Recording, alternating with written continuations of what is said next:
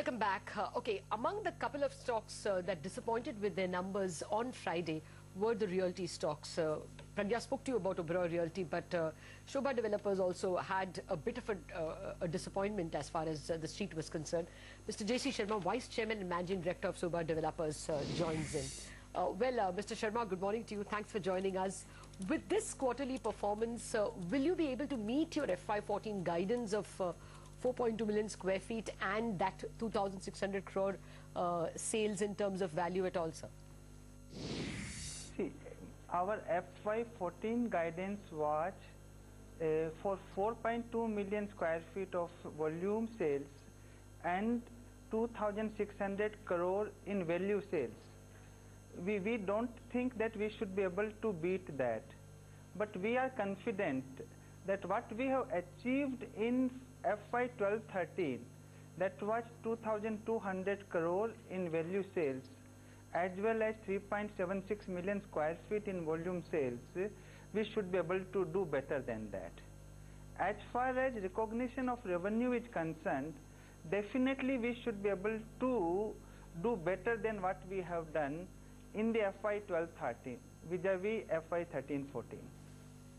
Okay. What is your pre-sales trajectory for this quarter? You have been facing moderation in pre-sales for the last few quarters because of launch delays only? See, we do not as such share on a monthly basis, but yes, we do agree that our last quarter, as far as new sales were concerned, which was not very good.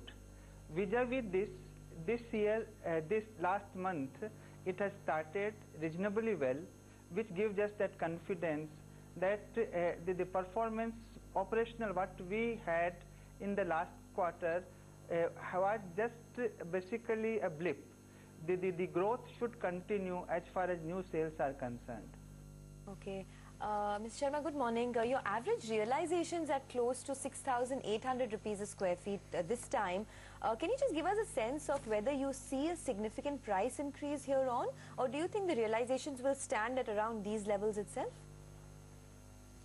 See, we do not foresee a significant price increase.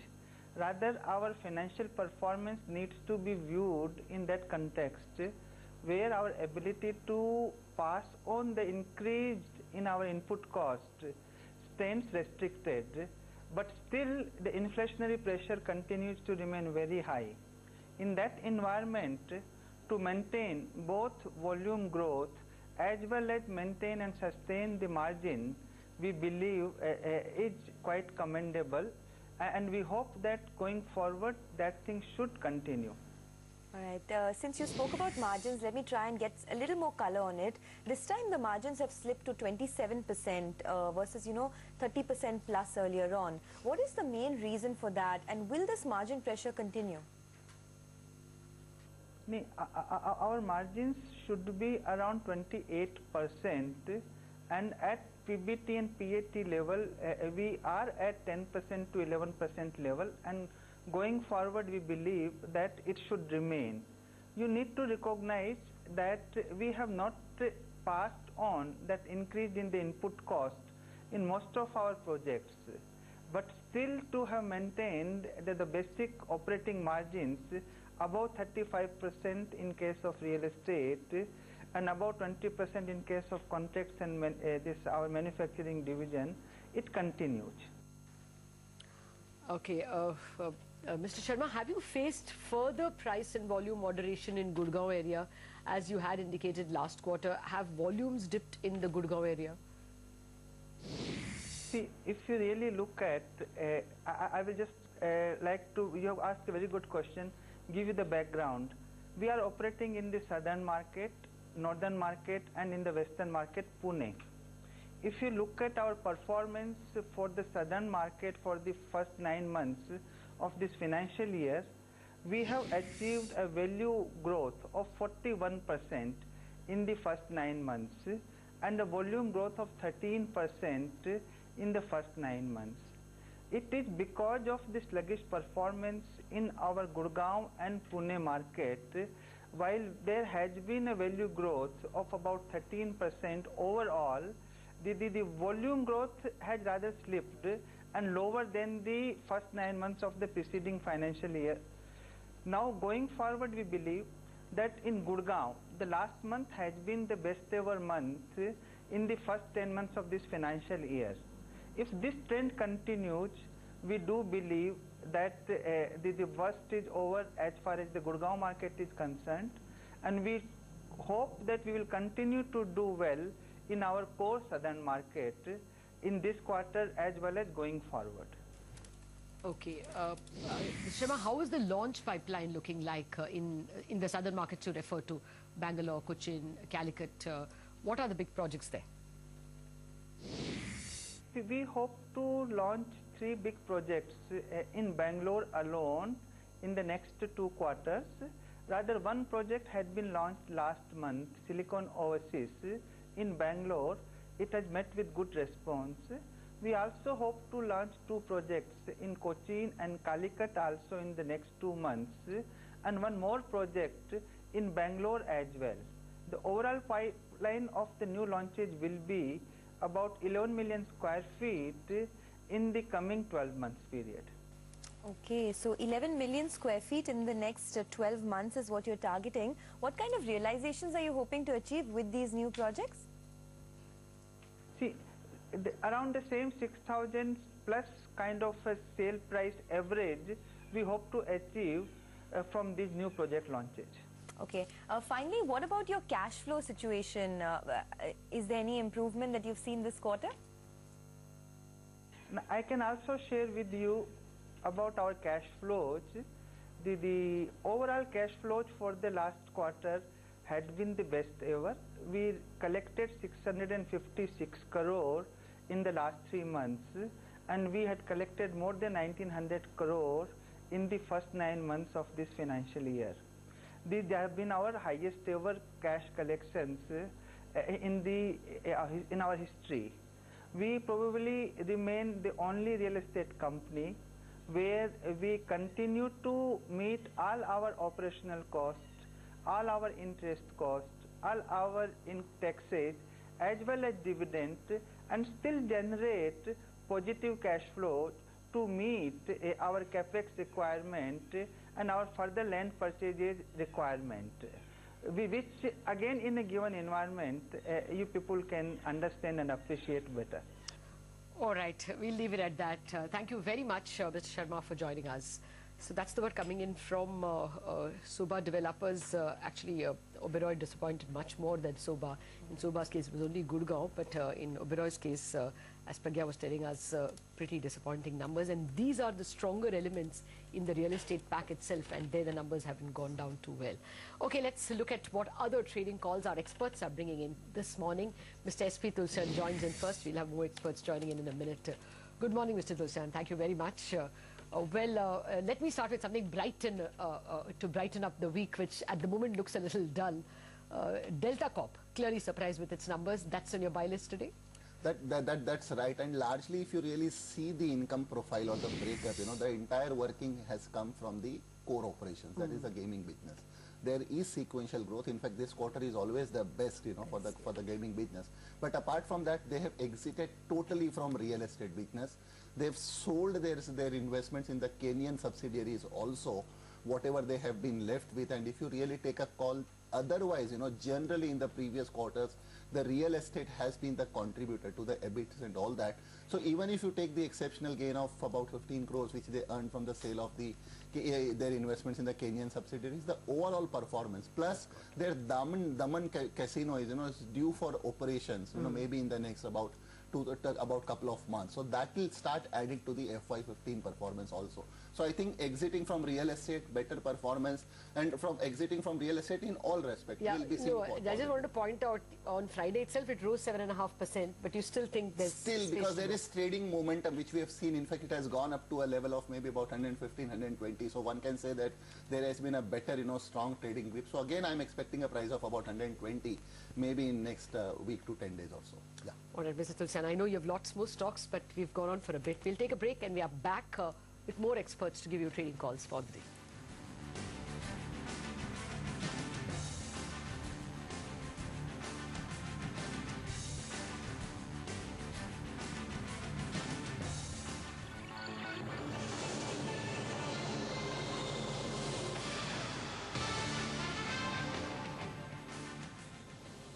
Raindrops Basmati rice, finest packaged rice.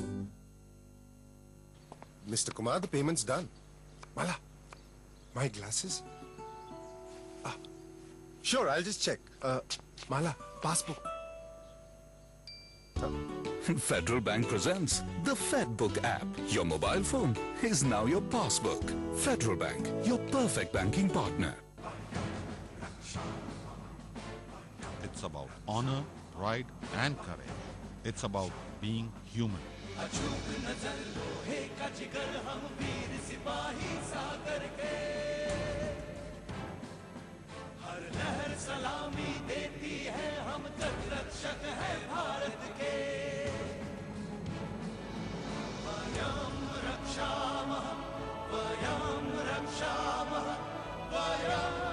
Gems of the land, come, be jewels of the sea. Join the Indian Coast Guard, Sentinels of Maritime. Increase your playing field. Introducing S&P BSE 100, India's most broad-based derivatives traded index.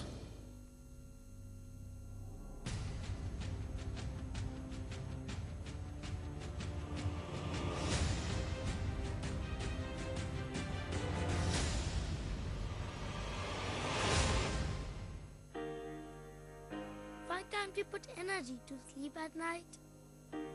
At Hitachi, we're inspired by challenging questions.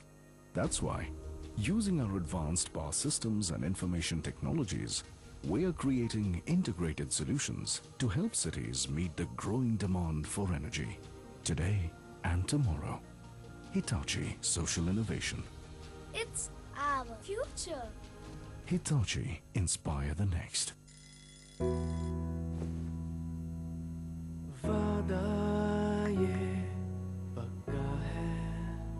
तेरे सपनों का मैं पंख बन जाऊंगा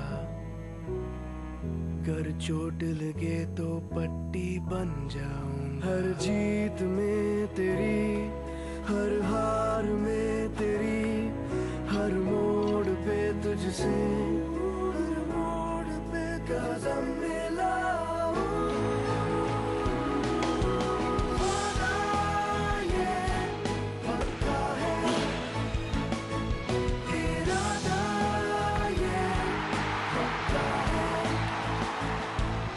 भैया, भाभी, आपसे जो वादा किया था मैं निभाऊंगा।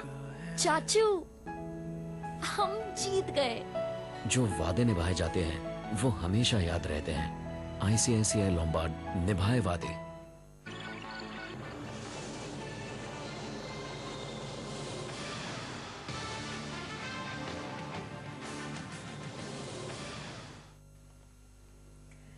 Welcome back to the show. We have about 15 more minutes and we'll get the pre-opening rates on the screen. The SGX Nifty is indicating that today will be another weak start. Remember, the Nifty lost 3% last week.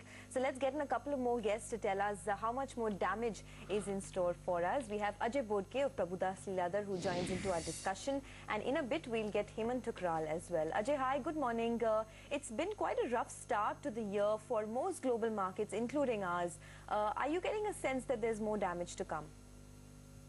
I think one key differentiator in the turmoil that one is seeing in emerging markets this time around vis-a-vis mid-May to September, insofar as India is concerned, is the stability on the external front.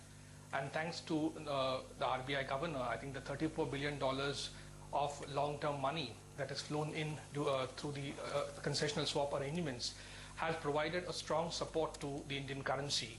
And hence, I think when all the other emerging market currencies are wilting, over the last month or so, the rupee comparatively has been rock solid. And I think this also the 15% drop in currency that one has seen has led to the export sector doing extremely well. So I think both the trade deficit and current account deficit, I think, are under control. And if you just recollect, at the beginning of the year, one was looking at a current account deficit of around $80 to $90 billion. And today one is looking at only $50 billion or below $50 billion. So I think one of the biggest strong points insofar as the Indian economy and markets are concerned is the stability on the external front and the fact that exports are growing in double digits over the last 6 months, and we have been successful in throttling the gold imports down from $8 billion to around $1 billion.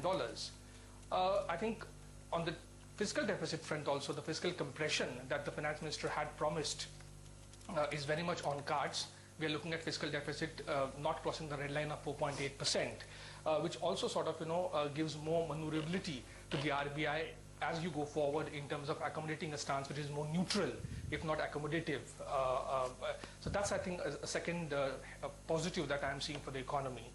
I think the 4.5 lakh crores of projects that have been cleared by the CCI, although on the ground there is not much of impact in terms of aggregate demand. But I think over time, over a quarter or two, they'll start feeding into some of the infrastructure sectors, and one can look at sort of an up move out there. So I think these three I look at positives. The fourth and most important positive is that the silver lining sort of for Indian economy also is that the global growth has bottomed out from a high of 5.1% in 2010. The global economy, IMF predicts, has bottomed out in 2013 at 2.9%. Now, Ajay, and will grow at 3.6% in this calendar year. So I think the tradable sector should do extremely well for Indian economy. So these are the positives. On the negatives, very high inflation, both consumer and food inflation, and we need to tackle that. Yeah, point taken, Ajay. That's a comprehensive view of the economy. But really, we have seen markets losing steam now because the FII money is not coming. So at this point in time, what are the specifics? Are you just going to stick with those exposed to the global economy? Are your picks IT and pharma? I think a major chunk of our portfolio continues to remain defensive. As I said, I think the domestic economy is bottoming out, but the tradable sector, in our view, should sort of lead the resurgence in growth in the next couple of years. And hence, I think a portfolio that we are recommending investors will have a fair amount of tradable sector. And there, as you rightly said, I think IT should play a very dominant role, because not only is the currency tailwind helping the Indian IT industry, but the fact that the America is on the strongest footing, and that's the largest market comprising 60 to 65% of total revenues. The volumes have come back, pricing power is back. There is this niggle on what kind of immigration reforms the American Congress will be able to pass. But the reports out there are very positive, because there seems to be some sort of rapprochement between the president and the Republicans. And the bill that should come out should not be as stringent and as hard on the outsourcing industry as was expected previously. So I think the biggies like Infosys and Wipro is what our analyst prefers in large caps, along with Tech Mahindra. And the mid-cap space, I think our picks would be companies like NIT Technologies, and on lower levels, companies like Mindtree and Persistent Systems. All right. Mr. Tulsian, let's continue with your stocks. The big talking point over the weekend has been Maruti after that meeting that the management had. If someone is a long-term investor in the stock, what do you do now? Sonia, definitely, because I have been expressing my view since that Gujarat plant controversy has started, and since then I've said that I don't find anything negative. And yes, because we have seen the day before the endless meet which again had with the management, I think that majority of the fears got allayed. We may say that, okay, what will happen if the project cost runs over 3,000 crores, the depreciation and all that. But I think all the answers were given by the management immediately after the Q3 numbers.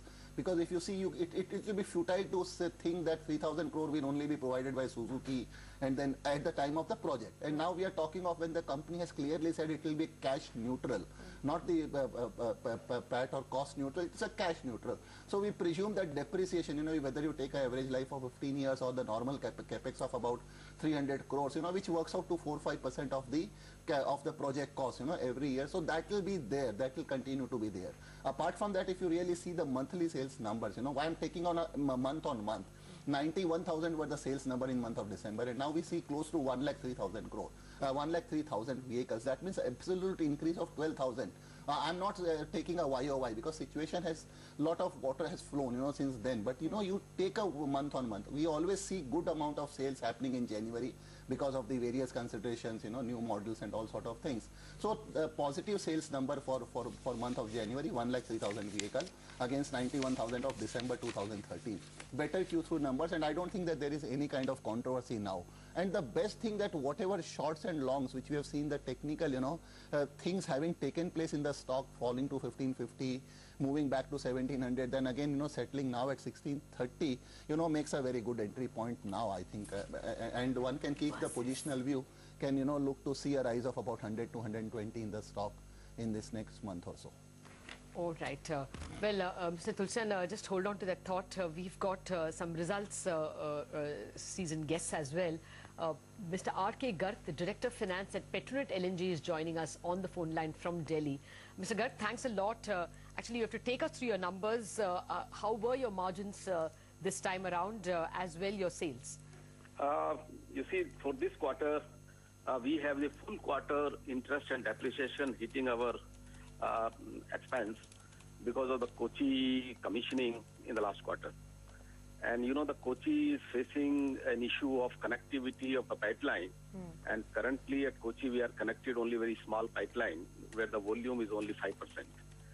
So this interest and depreciation alone is over 100 crore during this quarter, which has affected our bottom line. So what are your total volumes that you've seen this particular quarter? As far as the haze is concerned, we were around 95% of our nameplate capacity, and which is as per our expectation. At Kochi was very, very small volume, it's only 5%. Okay. Okay. How do you expect this quarter to pan out, Mr. Garg, in terms of volumes and in terms of margins? This is, as far as Kochi is concerned, it will continue at the same level because there is nothing likely to change. Same level is how much in terms of volume? The volume is, I say that it is operating, there are only two consumers right now, FACT and which is a fertilizer company and a refinery. And they can take only volume around 5% of our capacity. So that is a constraint right now at Kochi. The haze is doing well. Hopefully, we will continue to operate at the level which has operated in the last quarter, or maybe a little better, depends on the market. Mr. Garg, I understand that you are thinking of leasing out your part Kochi facility. Is that true? And what is the rationale behind that?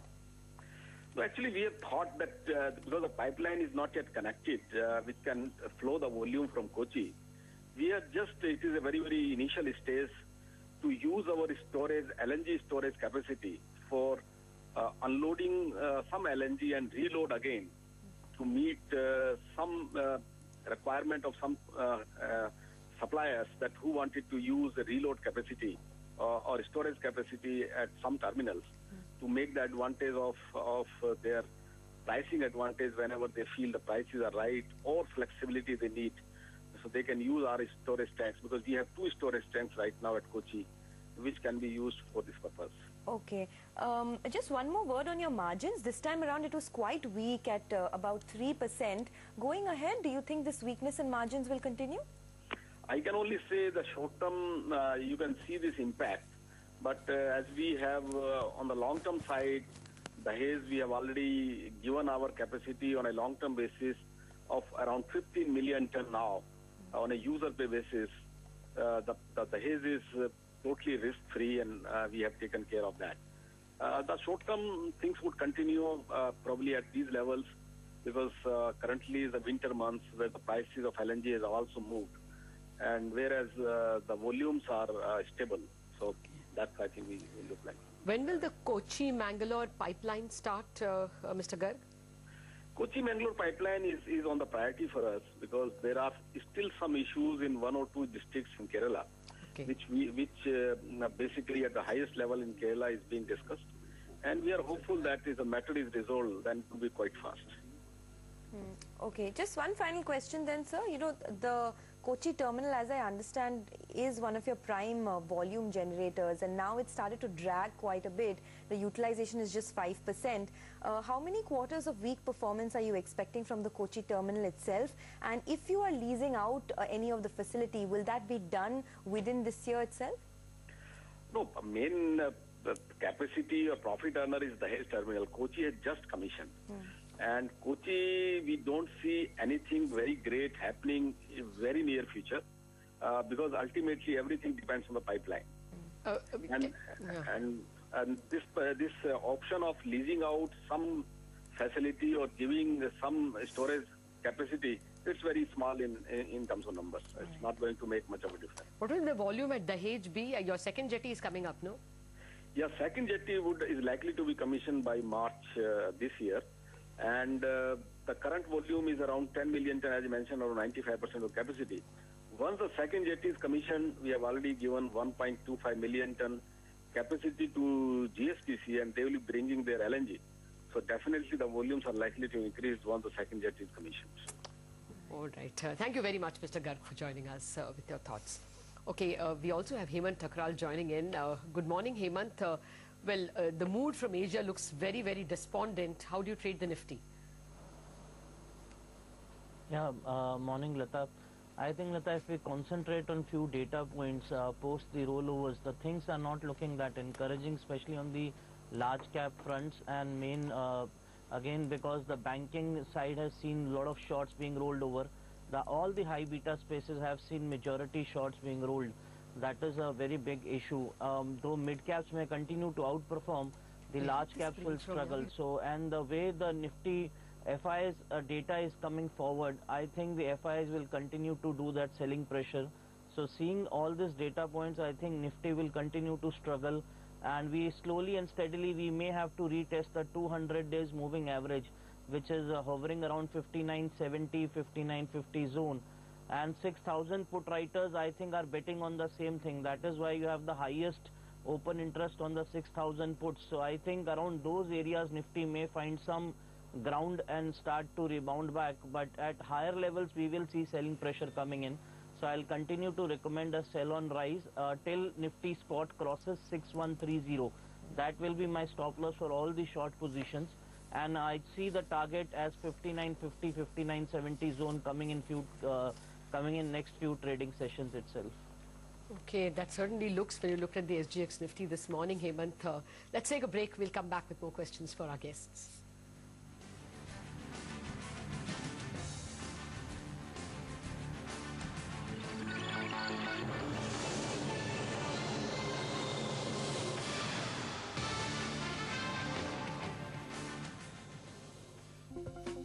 In association with Raindrops Basmati Rice, pure rice from pure water. IndusInd Bank, Aapne Chaha, Humne Kiya. And News18.com, India inch by inch. Raindrops Basmati Rice, finest packaged rice. Mr. Kumar, the payment's done. Mala, my glasses? Sure, I'll just check. Mala, passbook. Federal Bank presents the FedBook app. Your mobile phone is now your passbook. Federal Bank, your perfect banking partner. It's about honor, pride and courage.